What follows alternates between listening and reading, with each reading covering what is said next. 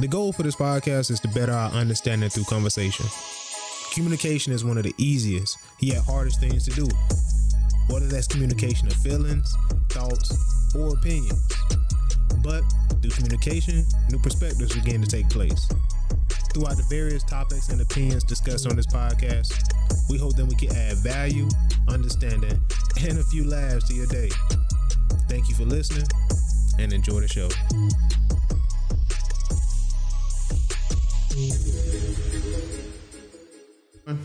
Welcome back to the Real Talk Podcast. I'm your host, Bruce, and this is my man, E, man. How you doing today, E? My brother, how you doing, man? I'm doing pretty good, man. Above ground. That's it, man. We back on another week, man. The conversation topic is, what have you learned this year, right? I've learned to accept the ebbs and flow of life.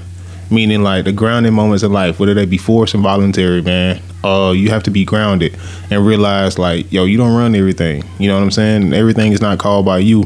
And some things are just out of your control. You know, so, like, meditation, whether that's through deep breath or whether that's just through analyzing a problem and trying to figure out a solution that I have because I'm moving too fast or I'm trying to force things. That's what I've learned, man. Just, like, kind of, like, grounding myself and taking moments to meditate and just really process what's going on so I can find a solution. I've learned that emotions can steer you astray. They're not your friend, but it seems a lot of times that emotions, how they come to you in the most inviting way possible. And it can feel rather welcoming at the time, because it's like at the time when everything seems like it's just, you know, pandemonium or spinning out of control, you have emotions that you can fall back on. But depending on how you handle those situations in the midst of chaos or the lack of order, your emotions can make a situation that much worse. Or it can actually help subside confusion. Mm-hmm. So I've learned that, and I've also learned that sometimes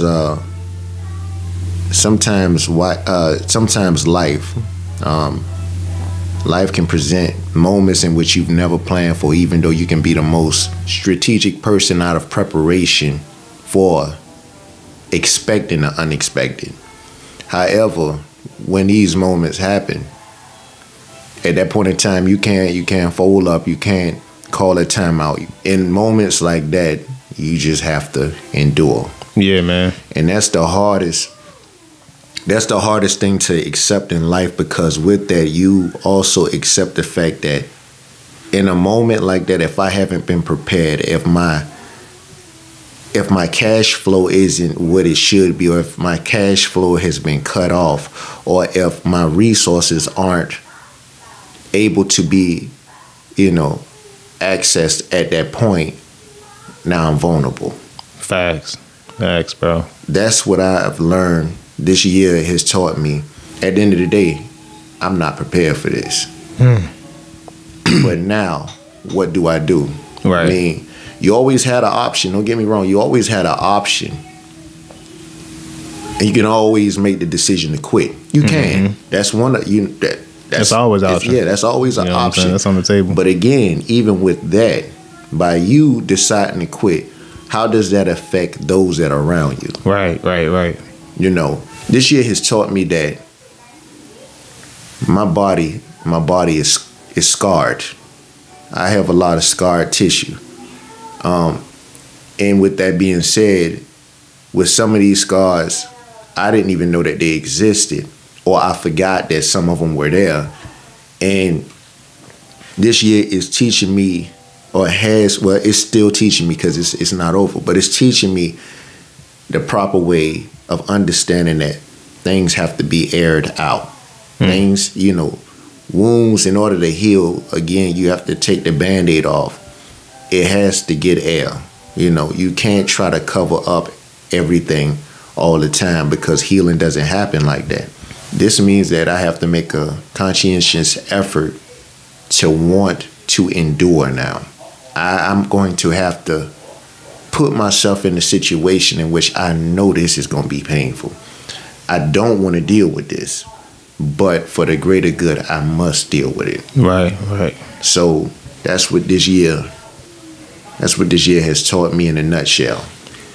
Man, dude, like that last part that you said, like, I don't want to deal with this, but I know for the greater good, it must be dealt with. Like you said, you must endure, you must go through it, even though you don't want to. Let's just say it's chemotherapy. You know what I'm saying? Something heavy like that.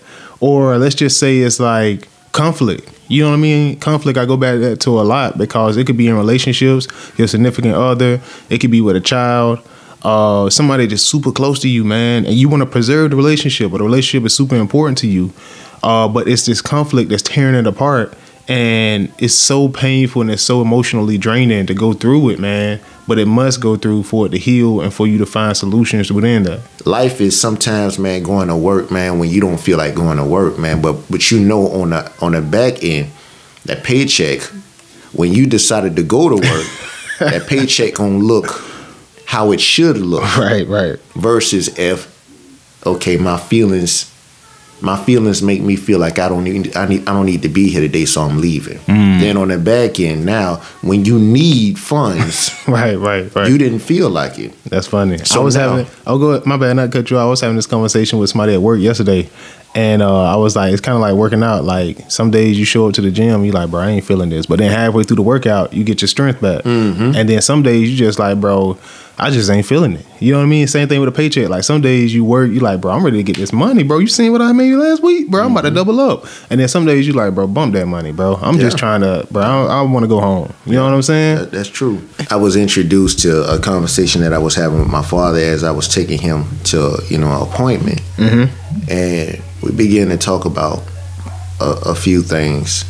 And it's crazy because what I wanted to talk about, the conversation took a different turn, unexpected turn. Again, it's those things you don't plan for or you're not prepared for.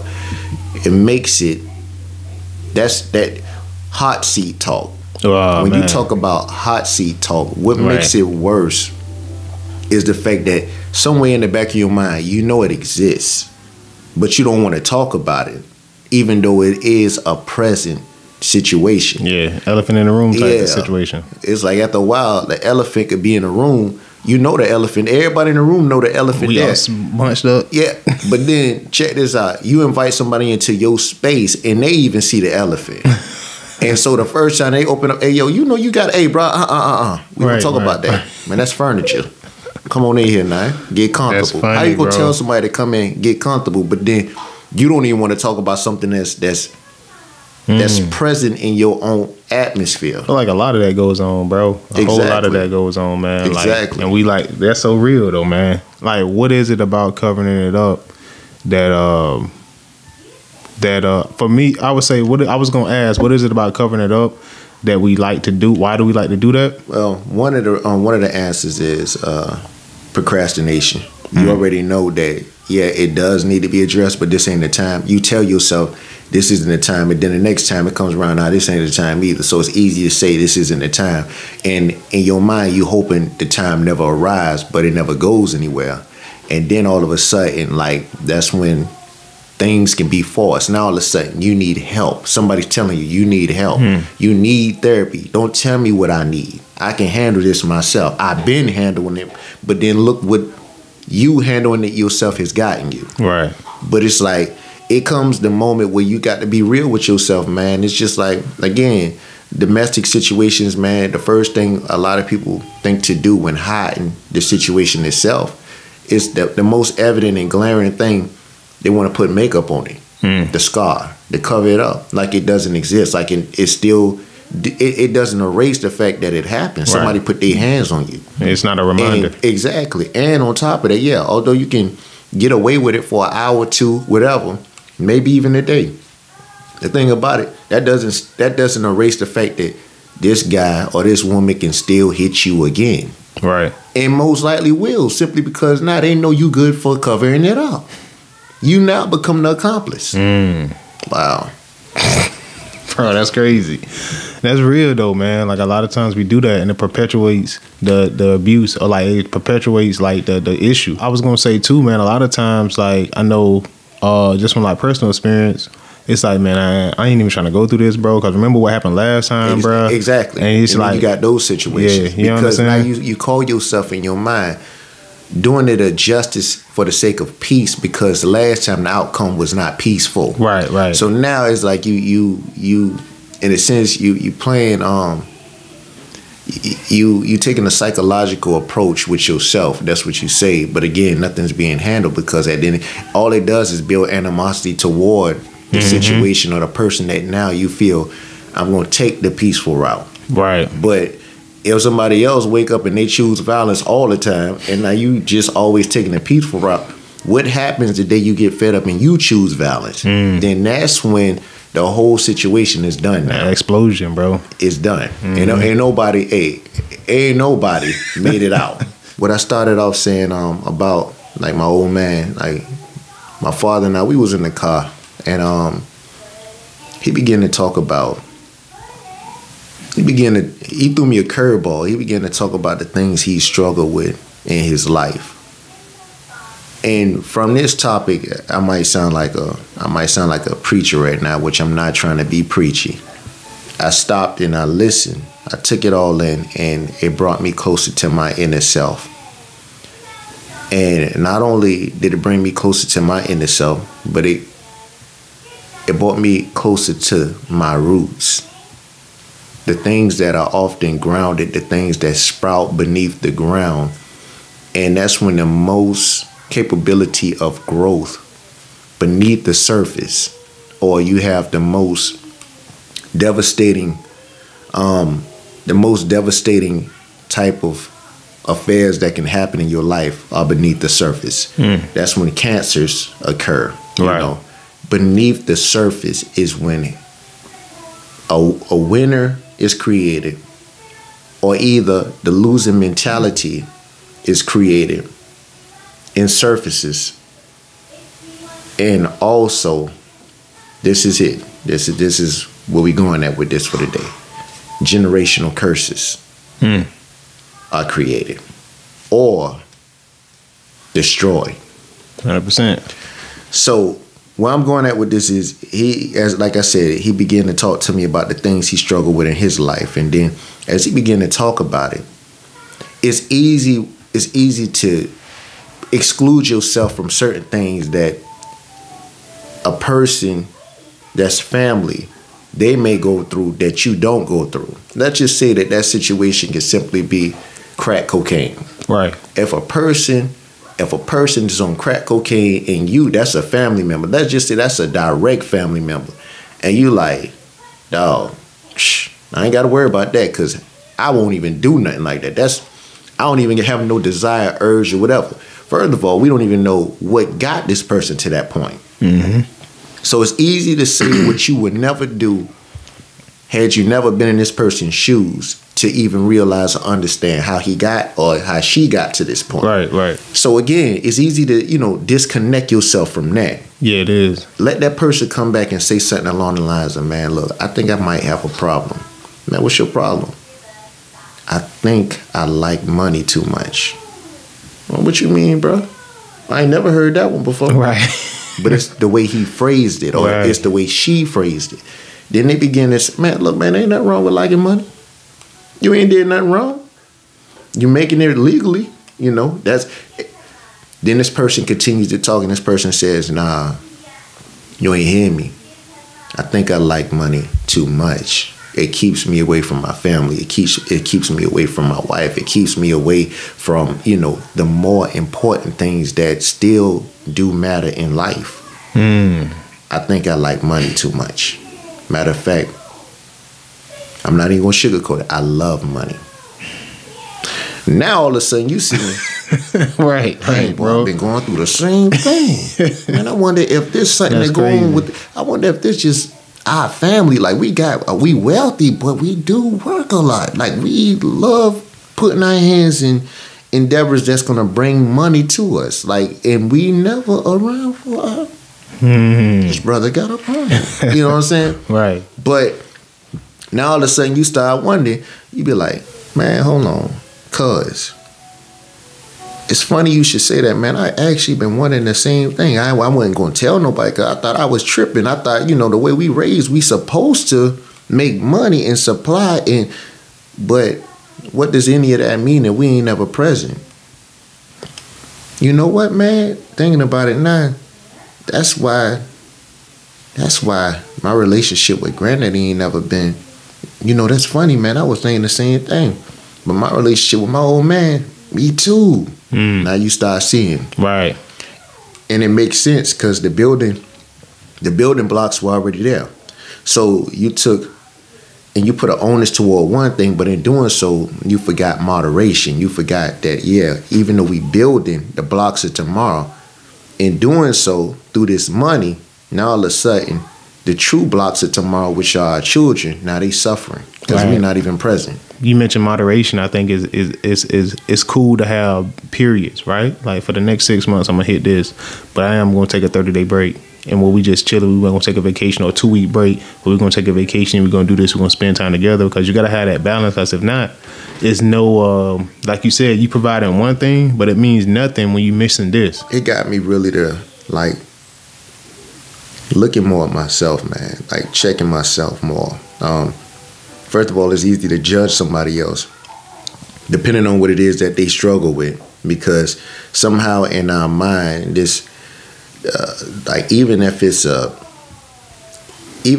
speck of a God complex, we tend to think of ourselves so highly to the point to where even though we have blemishes, man, that the evident blemishes, we'll think about, well, at least I ain't doing that. You know what I'm saying? Quick to say that. Yeah, but okay, they might not be wrong, but you look wrong not even saying that. You are the epitome of perfection. It's not a comfortable conversation to be had really among our community, which is generational curses. Like these things, they do exist. They do, man. And it's like, you would think it should be easy to be, it should be easy to, part ways with a generational curse, or to, disconnect, the line that, that stronghold, destroying the stronghold. But it takes a lot to do this. Matter of fact, it takes a certain level of willingness to do this. Yeah. Because everybody plays a part that's connected to it. I think sometimes it gets sensationalized, meaning like people think of like this outrageous movie type spectacle, and it's like simply what you just said about the money, simply what you just said about not talking about issues, simply what you said about family disputes that never got settled or never got go through it. You know what I'm saying? Those are family curses, because guess what they do, man? They curse the next generation by leaving gaps and leaving broken relationships and they just get said, well, your uncle or your brother, or you know what I'm saying, so and so, he always been like that. You know what I'm saying? And it's just like, okay, to a child hearing that, or to a relative hearing that, or whatever, it's easy to dismiss, like, well, at least I ain't like bro. You know what I'm saying? At least I ain't like that. And there's never an understanding that's built. You know what I'm saying? There's never a reconciliation. You're right. You know what I'm saying? No that's healing. Upon that. Right. Again, it's like there's no room. When you don't create room for it to, for the wound to be open and to air out, then to be honest with you, you're keeping things closed. You're not doing yourself no favors. You're not doing the body at large, the family. You're not even doing it. That you're doing more of an injustice. It's like one of those moments to where like you like doing one of those peaking moments, like, oh nope, it ain't ready. You know what I'm saying? And it's like you do that every time. You ain't even trying to see, like, it could only be that part that's messed up. The whole other part could be healed. But you know what I'm saying? Yeah. And it's like, yo, it's no different than this. In the summertime, every year come around, the summer come around, and you say, somebody in your family say, you know what, we need to get some swimmers in this family. And they, you know, one thing about it, say, you know what, you ain't never lied on that, because you know what, something happened to one of us, who gonna save us in the family? Everybody talking about this, but then here it is every year, and everybody just seem to always be around water. You know, That's they true. like to look at it, but ain't nobody getting in there though. You know what I'm saying? Instead, you got about 10 of the kids, man, they get close to the end, and them jokers look like they about to jump in. Now the fear, no, don't get over it. Nobody can save you. Yeah, you know what I'm true. saying? And then they got on life jackets too. But the thing about it, everybody get around the side and they put their toe in the water to Right. test it. That's like testing the water, but never having the courage to actually get into the water. You don't have to start off with deep water; just get in the water. Man, bro, that's so powerful that you said that, because it's like I see a lot of that in our community too, man. Because it's like what you said about the water, like we fearful of certain things without even knowing why. It's just like something that's just become like a normal thing. You know what I mean? Because you're like, yo, yeah, man, in water we don't go Exactly. swimming. Like, nah. But see, even with that becomes it becomes a generational curse, because a lot of times when you get a fear of something, but you don't even know what the something that caused the fear is, Right. you go way back. You take it down take it down the generational lines, and you really you know, if anybody actually held on to, and this is the thing about generational curses too. Excuse me. It's the lack of knowledge. Lack of knowledge, man. So if it's never told, then to be honest with you, then you lose sight of, you know, the why. Right. The why we function the way we function, or the why we will never go in there, you know, all of that. But what happens is it becomes a plague. It becomes a plague 100%. that's easy to follow by, because now you don't have a legit reason on why you don't do it. But the one thing that may hang around is this here. You can drown. That's enough right there. You can drown. But you can drown in a body. You can drown in any body of water if you're not careful. 100%, bro. Take your bath, fall asleep in a tub, you can drown. 100%, right. But you don't think about that. But see, the story could have been generation, you know, it could have been decades ago. So many decades back to the point it's not even dated no more. You just Right. know, man, something happened to, you know, one of your great, you then ran out of greats. And then, you know, rumor has it, a story has it, you know, he messed around and he actually drowned, or it could have happened some messed up way. He could have actually had been drowned by somebody else. Right. In, you know, whatever type of situation. You don't know. I'm not even gonna try to. I understand what you're saying. My mind is creative. I could come up with something, but I'm not gonna do exactly that. what you're saying. And then all of a sudden, after the years go by, all of a sudden, you know, you lose track of the people. And then all of a sudden, now it's just, you know, Uncle so-and-so. Mm-hmm. And then all of a sudden, the person that actually drowned Uncle so-and-so, now he becomes faceless. He becomes nameless. Then after a while, the man that did it don't even exist no more. So now Uncle just drowned. Mm-hmm. Then next thing you know it get to the next generation. And now, yeah, you know, it was said Uncle, he just jumped in the water and he drowned. Then all of a sudden it go to the next generation where, you know, Uncle was pushed in. They wanted to teach him how to swim, and then he was just pushed in there. Right. And, you know, and the mama sat up there and watched his son drown. You know, It really do like that, you know, bro. And then Man. next thing you know, now you got so many generations removed from the true story, and then all of a sudden you got pandemonium on why it is we don't mess Right. with the water now. 100%. And then you got so many people could be scarred to the point they don't even take baths. They just Take take shower. bird baths. You know what I'm saying? They ain't even gonna take they don't want to shower Don't and even hit the shower? water hitting their head. When it rains outside, they don't come outside. You know what I'm saying? E, that's funny, bro. They don't want to be submerged in water. I'm laughing, They bro. don't even because- want to get baptized.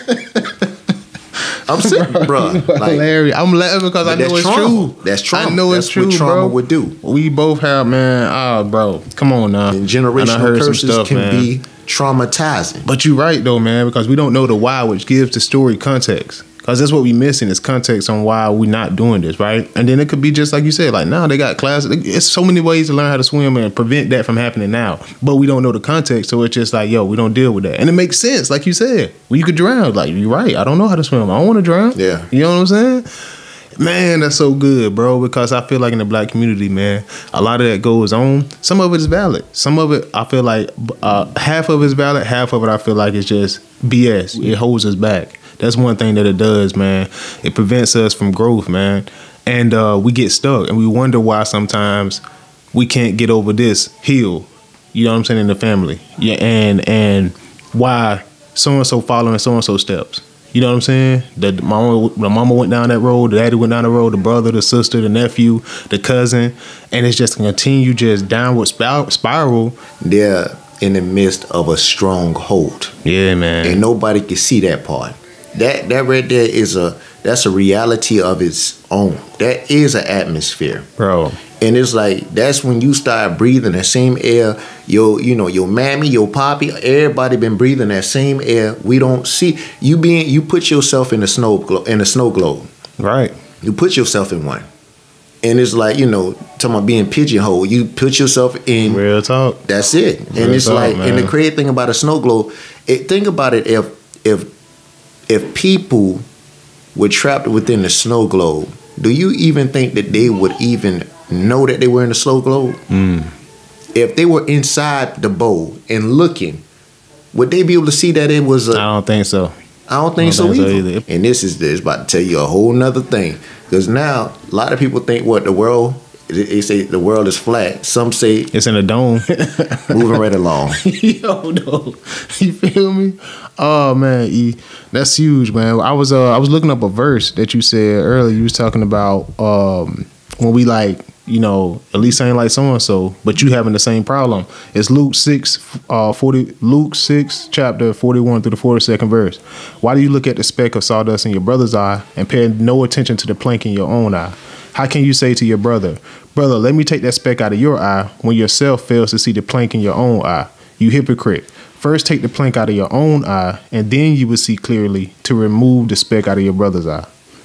We got a lot of, in our community, we got a lot of sayings for that same exact verse. It's crazy how, again, how the stuff, it ties together. But we talking about, you ain't even swap off your own porch. Right. That, and not the kettle calling the kettle calling the pot black. See? And it's like all of that stuff directly, right. It correlates, man. That's real, it. Bro. Sometimes that's the only question that needs to be asked. Why do we do that? You know what I'm saying? And that can begin the healing process. Yeah. Because that's what you want to do, man. You want to start the healing process. You got anything else?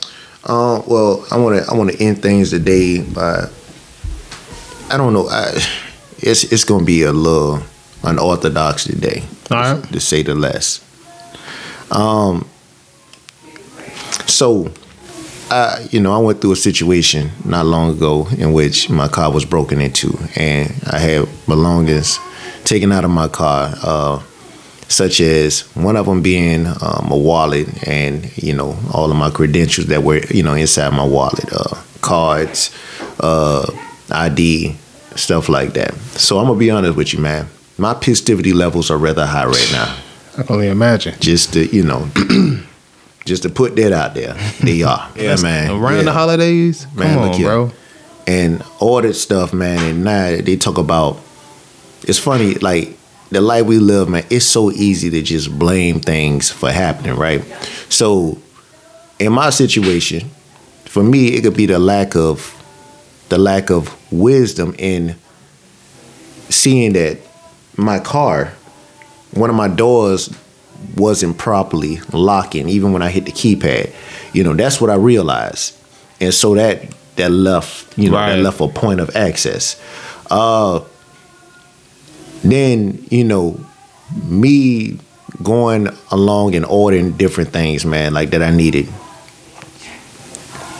People, I'm making calls to try to find out, well, I thought you guys said, it'd be here by now. All of a sudden, they blame the holiday mail. Right. So it could be backed up. Back in 2020, what we did, we blamed COVID. It's like, I understand it could be a influx of a mail at this point in time because everybody want a mail, but you can't tell me if you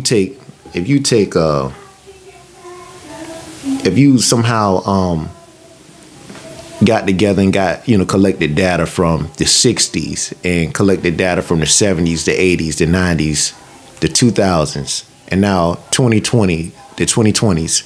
You can't tell me that we can continue to use the same excuses when things are going over to being virtual anyway. Mm-hmm. So yeah, although yeah, we do still use the mailing system, it's not as much as what we had once used it before. Like people don't send a lot of letters anymore, really. When you look at the fact people can send text messages every day. True. People can, video chat, all this stuff. Mm-hmm. You know what I'm saying? So it's like, man, I'm simply, like you said before, I'm just asking her why. Nah, I feel you. That's it. You know what tripped me up is like, even with the DMV, I remember I lost my wallet a while back and I had to get a new license, and I had to print out a paper license. Yeah. And I'm like, that was kind of, I appreciate having the license, but the paper license was such a hassle, bro. Exactly. You know what I'm saying? It was just like, it got tore up. If it got wet, I can't do nothing. You know what I'm saying? Exactly. It's like, dog. And then I felt wrong if I got pulled over and I handed him a piece of paper that's supposed to be my license. You know what I'm saying? Like, but that's because that's what we taught too. The right thing, this is what right looks like. Right. But two, do you think, I'm going to ask you a question, not to segue, we could go back to it if you need to. Do you think things are moving towards not even having a wallet? Like I could put all my credit cards and all my cards on my phone. I don't know about the license. You might still need a physical card for that, but do you think it's going to that? You think about this, man.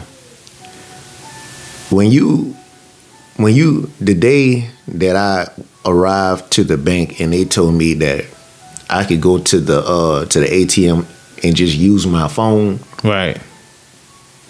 When you get to that point, that was man, crazy, right? Anything is we in that realm where anything is becoming possible. What do you think? Like for me, I'm thinking about Amazon. How like Amazon has so many packages and it has taken over the industry so much. They hiring people in their own personal cars to deliver mail. Yep. You know what I'm saying? It's like, dang, man. Yeah, I'm about to be one of those dudes. Go ahead, man. So go ahead. I don't know. Like looking back at it, man, I don't know if I'm more pissed off with the thief or the system that hires the police, that trains the police, the actual police, for a decision that gets made on what type of cop do you want to be known as. I call the police. Right. And when I call the police, they arrive to me almost an hour after I call them. Now, I just couldn't help but think. Now, I'm pissed off because it's cold this morning. And I'm just, now granted, some people that might be listening to this, well, why in the world were you outside even waiting anyways? When you pissed off, you do crazy stuff a lot of times. Sometimes you're trying to air out. You're trying to, you know what I'm saying? Right. I'd rather have been there than, you know what I'm saying, not in the house to take that anger and possibly lash out on somebody in the house. So I'm trying to cool off, so to speak. I'm slowly looking at the scene, and I'm piecing this thing together on what door they went into. That's how I realized about the right. lock or whatever. And then I'm looking. I could tell the path that they took after they left the car. All of this stuff I'm putting together because I had too much time to think. So, anyways, I couldn't help but think about something else. I said, you know what? Now here it is. When you call the police. And if you got to take and you start thinking, wait a minute, how long has it been? The moment you think that it's already been too long. So now all of a sudden, I look at my phone and I see the last call I made to him, and I'm like, man. You said it was an hour? Yeah, close to an hour. That's crazy, man. An hour is crazy. Next thing I do, I start thinking to myself, I'm like, you know what? Now, granted, if I was calling from a place like the Landings, right. It does with the make you same wonder. situation, right? It does make you wonder, like, bro, with the same exact situation, yeah. How long would it take them to get there? Mm-hmm. No one seems to care or want to get involved until the unthinkable act visits them directly. Right. Then the person is willing to pay for information or results that could have possibly been prevented if everyone was on the same page in the first place. That's real. You know what I'm saying? 100%. Just like rewards. People offer rewards when people get hurt or start missing. And it's just like, bro, please say something. You know what I'm saying? Anybody. You willing to pay something for that information. Right.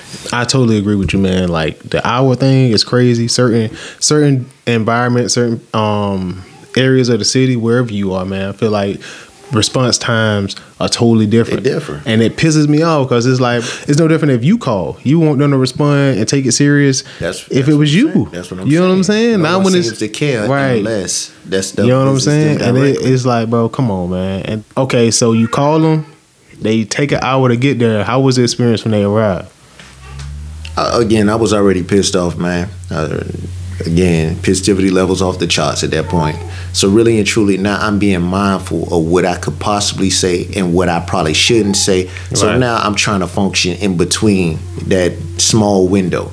So I'm like, man, I know how this goes. I'm like, I could ask you for, I could ask you to do, fingerprints or whatever on the window, and I already know. It'd be some kind of excuse, and I told him, I said it'd be some kind of excuse about why it won't be effective to do. So my question is, why do they even offer, a service that pretty much is useless? It's pointless. And you know what he said? What? He didn't even have one anyways. Man, I would love to have somebody on to explain this whole thing to me about good surfaces to get fingerprints off of and what's not good surfaces. Right. So, see, to me, that's taken like a joke. You probably look at the neighborhood. You probably look at the environment. And you probably, first of all, you took an hour. So, you take an hour. The least you could do when you arrive, make sure you have all your stuff, man. Being an officer, you deal with public service, right? Right, 100%. So it's still a service, right? 100%. So, okay, the difference in being at Best Buy, being at Walmart, that's customer service, right? Mm-hmm. But we still utilizing the word service, right? Now, like I said, that part I'm not too sure on. I know for sure when I called them, they sent somebody out. I don't know if they had kits in their car, but I know it's a separate team that does deal with all that stuff, like a murder scene, stuff like that. They send out like a forensic team to do that specifically. That's all they focus on. They're not like armed or anything like that.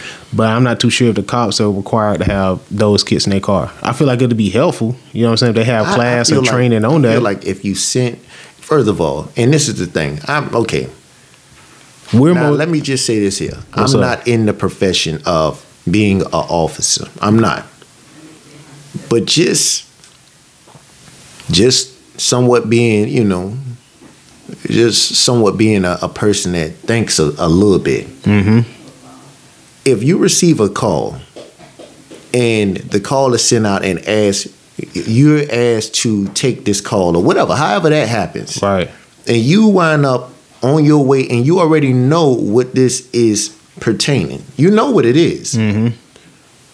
First of all, if you're not prepared or if you are lacking a tool that can be useful in this type of situation, should you be the one going there? Nah, they should have somebody there that could maybe dust for fingerprints or something like that, or at least try to get some at all. You know what I mean? Like that is kind of crazy. Cause that's my whole point. Yeah, that's my whole point. Now, from that point, so I've had so that day, no, the next day I went to work. I got off of work early because I received a text message alert that fraudulent activity was being was witnessed. Mm-hmm. So again, now all of a sudden I'm like, I need to get to the bank. So as soon as I received that, I took and I called the bank, had that card, had it frozen, whatever.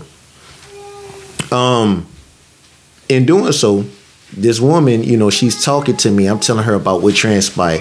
So now I start taking notes at the job. Right. And now I'm finding out about, the card that was used, where it was used at. I got this number to this particular BP and this Chevron. So I'm like, all right, cool. Don't have a lot of time to do too much. But as I continue to work, I found myself, I wasn't in the right frame of mind to be trying to work. Because now I'm thinking, I'm trying to go up there. Yeah. Hey, let me see them cameras real quick, man. Let me see what's going on. This dude really tried to get like $80-something in gas. This man trying to rack up. Man, he ran it up. So it's like, I get off early. And so I decided to call, first of all, that night I called the police that night to try to have them I wanted to, send the information that I had, that I was able to gather, because I wound up going to all of the banks and all this other stuff. And so I just wanted to give them the information so that they can start going to these places and seeing. So she, I guess the lady that's, I forgot what it's called, right? The operator, she was like, I can send the officer out. First of all, with as much trauma as officers cause a lot of time, you don't have to send one out again to me. I really don't even care to see another one. I'm just trying to call you so that you can submit the information that I have, put it on, on the police report, whatever, so that, they can get out and start doing something. Well, sir, where are you? Are you, I'm like, well, I'm en route to, like my parents' house, whatever. Well, give us a call back in about 10 minutes when you arrive to a place so I can send the officer out. I'm like, but I don't really want to see the officer. I just want to submit. Nobody want to do nothing really. So I didn't call back. Fed up, I didn't call back. The next day I called. The lady asked me, she was like, well, sir, would you like for me to go ahead and take the information that you have for me and I could just put it on the report or whatever? That's what you were trying to figure out the other day. Exactly. Yeah, that's so crazy. That means that the lady didn't even want to do it. Yeah, she was, yeah. Again, I got a bad taste again in my mouth. I understand that. This was a different person you spoke to. This is the very next day. That's crazy. So, but she says, okay, what I'll do then, but she flips it. She said, what I'll do is I'll just go ahead and give about a couple minutes, and the police, the officer will be calling you to gather that information. Right. And it'll probably, be it'll be a private number or something like that, and, that they'll be calling from. And which I kind of found that to be kind of like, why they calling like that? You know what I'm saying? Because, again, I guess they don't want you calling them back. Right. So, I was like, dang, out of all the people, in our community, we don't answer private calls. We don't answer, unknown calls. We don't answer, you know what I'm saying? So why would you want to fit that description? You should be looking trustworthy to us so that we don't mind picking up the phone, but you gonna call that way? It's like the whole dynamic just, you know what I'm saying? It just, yeah, I don't know. Anyways, so I sat there in front of the door and just waiting, but I got on the phone with the bank, started getting more information. By the time I had then visited all my banks, my whole day pretty much, for 4 or 5 hours. Mm-hmm. That was my valuable time just creating, you know what I'm saying? Just points of time periods, and just bro, I'm doing all of the legwork. So I'm sitting in, all of a sudden, an officer walks up to my car. And I'm like, well, I don't even believe this. They still sent one out. He walks up, man, get close to the door, look like he looking at the house. I'm like, I'm over here, man. So he come over. And I'm on the phone at the time, with the bank still. So now he got his hands on his hips, he's looking like a brother too. This dude look like he getting impatient. So now I'm like, you know what? Again, why are we forced to feel like, now we dealing with a situation, an inconvenience, a huge inconvenience to me. Why now I feel like I'm being rushed and now I need to hurry up and get on his time. You know what I'm saying? So anyways, I wound up getting off the phone or whatever. And I began to talk to him, and I tell him, I'm like, so I said, bro, I got all the information right here. I got times, dates, all of that right here. And I got, the names of the places and stuff. Okay, Cool. So he looks at it, he takes a picture, right? Then he asks, so they didn't give you an address? To what? To these places. Oh. I said, officer, I said, right here, as you can see, Chevron, and you have these numbers. I said, I'm not the sharpest tool in the shed, but I do believe this might be an identification number of the store. Right. But they didn't give you an address, though. See, we need address. It's a bunch of BPs. It's a bunch of I said, sir, this is an identification number. I said, so it's an ID number, making it, its personal location. Right. I'm quite sure. I said, I don't do this often. Matter of fact, I don't do it at all. I said, but me personally, if it was up to me, I would start around the corner. I said, because if I'm not mistaken, around the corner, you have both the BP and the Chevron. I said, the chances are both of those places he didn't hit up. I said, they in close proximity. I said, it's in walking distance. And if you look at the times, it's... Yo, that's funny, dog. You done did all the work. My man still asking you like, yo, that's crazy, man. And we live in a world of instant gratification. This man wanted me to, he wanted instant access to, bruh. Yeah, but you got to do some type of, I'm looking at, I'm like, bruh, but if I offered you a meal, I bet you'd take that right now. Gut hanging low. Nah, but that's real though, man. That's crazy though. 'Cause all you had to do was go to the Chevron and be like, hey, sir, I found this number. How do you guys identify your locations? Brother. Boom. Brother, hear me out. That brother still asked a couple more questions about the address. I told him, I said, sir, give me one moment. I said, hold on. Just hang. Crazy. I said, hold tight. I got on my phone. I called. Sir, how you doing? I apologize. I said, but the reason why I'm calling you and getting ready to ask you this question that I'm about to ask you is because my car was broken into. I said, my cars were stolen, and I said, after doing some research, I received this number to a BP. I just wanted to see if this was the ID number to your store. Yes, sir. It is. Now I can understand why. Okay. Now I can understand a little bit why you getting pissed off, bro. Yeah, that's outrageous. I'm on the phone with him. He like this here. What he said? Come on, man. That's crazy. Then, if he was an officer assigned for you, you know what I mean? Like assigned out to you. Bruh. And you gave him the information. Bruh. All right, cool. Let's see if we can. For this one here, I deserve his paycheck. Or he could have just worked with you. Like, all right, man, look, if you can do this for me, can you call here, put it on speaker, and let's see if this is the location. Simple little conversation could have, you know what I'm saying? I don't know, man. That man telling me about how many you got about 3 of them right there. Yeah, I know that. To redrive. I done been to a couple of them. Exactly. I'm like, bro, but I'm telling you, I said, if I were you, I would start up here. Yeah, man. Because you got 2 in close proximity. That's crazy, man. That's interpersonal skills, though, man. Like, knowing how to talk to people. You know what I'm saying? You think that's what it? I think that's what it is. At least because we get. You have those types of training, bro. That look like lack of training. Yeah. Because that brother, he looked like he was put on the street that day. I don't know if it was close to his end of shift or what. And he was trying to go home. I don't know, man. It couldn't have been. Maybe lunch break. That's crazy, though, man. You don't do nobody like that. He did me like that. That's crazy. I mean, I would not have shown up to a location this man like still had the audacity to ask me after that. Okay, that's BP. What about Chevron? So I guess I'm his part. His part. Basically his partner, bro. All right, bro. What call we rolling to next? We right here. Riggs. I'm coming, baby. I'm coming. Riggs. Bro, man, that's funny, E. Dang, dog. He did you dirty on that one, man. He did you dirty, bro. And then I'm sitting up there looking.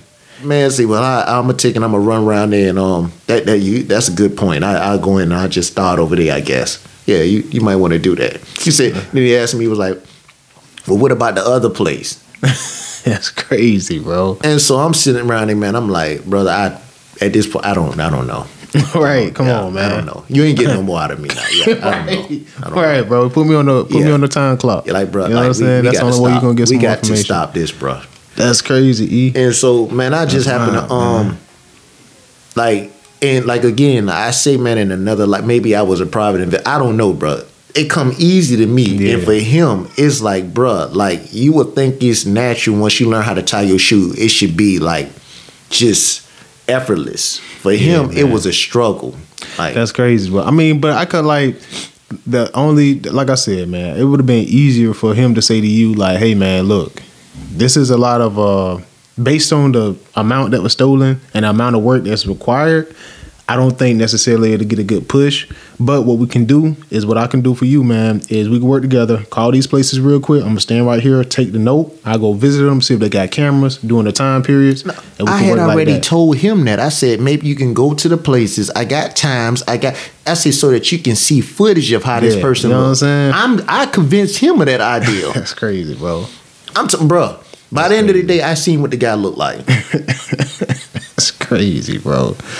Dang, man. On that note, man, I'm done. Nah, My brother wore out, man. that's crazy, bro. Hey, man, dog. The good book says, man, treat people as though you would want to be treated. That's it, you know? man. Or I'm paraphrasing on that. It may not say that verbatim, but in essence, that's what it says, that's what it means. And people, this holiday season, I say this here, and I'm out.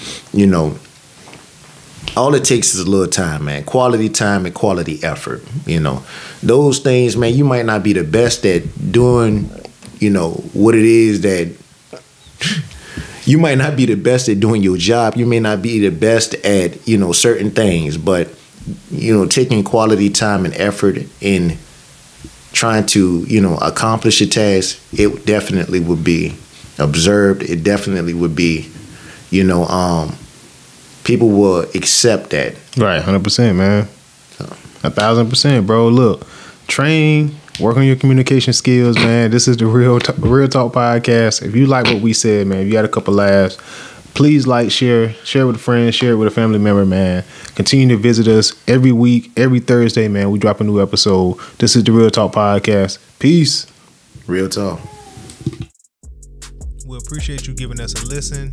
If you like this episode and would like to engage with us or support, reach out through our social media platforms, linked in the description, and tune in every Thursday to check out new episodes. See you next week.